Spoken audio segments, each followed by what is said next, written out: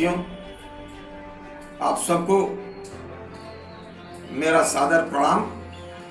मैं अरुण कुमार श्रीवास्तव उर्फ अरुण दास ब्रह्मचारी, चेला बाबा रामदास ब्रह्मचारी। साथियों, अभी मैंने एक चैनल पर देखा कि स्वामी रामदेव जी ने जो उनके ऊपर IMA ने नोटिस दिया हुआ है और उत्तराखंड की IMA यूनिट ने 1000 करोड़ रुपए का जो मानहानि का दावा किया हुआ है, उसके बारे में रामदेव ने कहा है कि मुझे अरेस्ट वह तो क्या उनके बाप भी नहीं करा पाएंगे। साथियों, प्यारे देशवासियों, यह बड़े शर्म की बात है कि तथाकथित बाबा जो व्यापार में लिप्त है, उसके द्वारा इस तरह की भाषा IMA के लोगों के लिए प्रयोग की जा रही है। यह बहुत ही शर्मनाक है।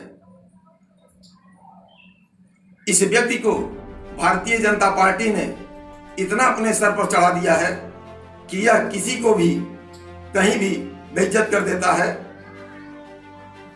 यह नहीं समझ में आता है कि बाबा रामदेव तथाकथित बाबा किस संप्रदाय से हैं, दशनामी अखाड़े से संबद्ध हैं या किसी अन्य अखाड़े से संबद्ध हैं, किस तरह के यह साधु हैं। क्या कोई भी ऐरा गहरा नथु खैरा गहरिक वस्त्र गेरुआ धारण कर लेगा तो वह सन्यासी मान लिया जाएगा? यह अपने को योग गुरु कहते हैं। इस तथाकथित योग गुरु को योग के बारे में ABCD तक नहीं पता है। जो व्यक्ति आसन और प्राणायाम को योग कहता है और उसे सिखाने के लिए 1500 रुपए, 1000 रुपए का स्टेडियमों में, खेल के मैदानों में भीड़ से पैसा लेता है, वह आदमी योग के गुरु कहता है। यह बड़े ही शर्म की बात है। प्यारे देशवासियों, अगर वास्तव में कोई योग गुरु रहेगा तो उसके आशीर्वाद से ही नया निर्माण हो जाएगा। और यह महामारी क्या है, अगर वह कह दे तो बड़ी बड़ी बीमारियां उसके मुखमंडल से निकले हुए शब्द से ही शांत हो जाएंगी।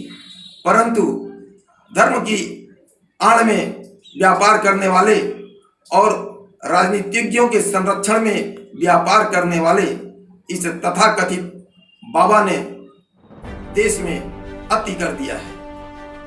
यह कथित बाबा टेलीविजनों पर आकर के मॉडल की तरह से प्रचार कर रहा है। किसी को यह नहीं पता है कि इस बाबा की मेडिकल क्षेत्र में योग्यता क्या है।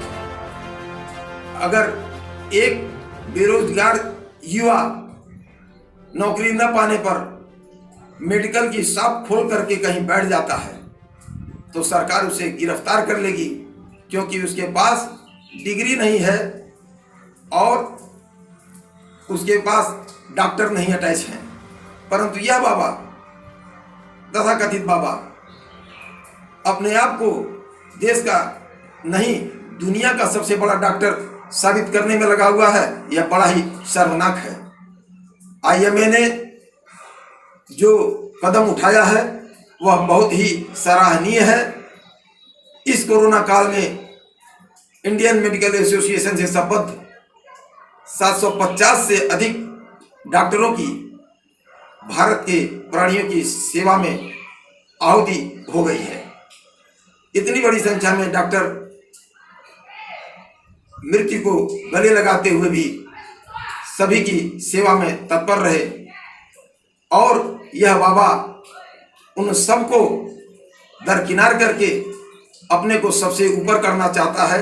यह बहुत ही शर्मनाक है। और जो व्यक्ति यह कह रहा है कि उनका तो नहीं, उनके बाप भी मुझे अरेस्ट नहीं कर सकते, इसको तुरंत गिरफ्तार किया जाना चाहिए। क्या यह राम रहीम हो गया है? क्या यह तथाकथित गेरुआधारी आसाराम हो गया है? अगर इस तरह की धमकी दूसरा कोई देता, कोई सामान्य व्यक्ति देता, तो क्या वह साधारण तरीके से जी पाता? यह तथाकथित राष्ट्रवादी भारतीय जनता पार्टी की सरकार अब तक उसे गिरफ्तार कर लेती, परंतु इस तथाकथित बाबा को भारतीय जनता पार्टी की सरकार का संरक्षण प्राप्त है, जिससे वह अनाप शनाप कुछ भी बकता चला जा रहा है। मुझे ज्ञात हुआ है कि इसकी दवा कोरोनिल जो एक्सपायरी हो रही थी, हरियाणा सरकार ने सरकारी धन से उसका 50% खरीद किया है। अगर यह सत्य है तो यह बहुत ही शर्मनाक है।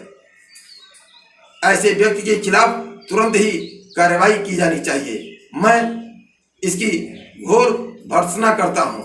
और ऐसा व्यक्ति जो अपने को सन्यासी कहता है, साधु कहता है, वह मार से डर करके एक बार सलवार समीज पहन करके भाग चुका है।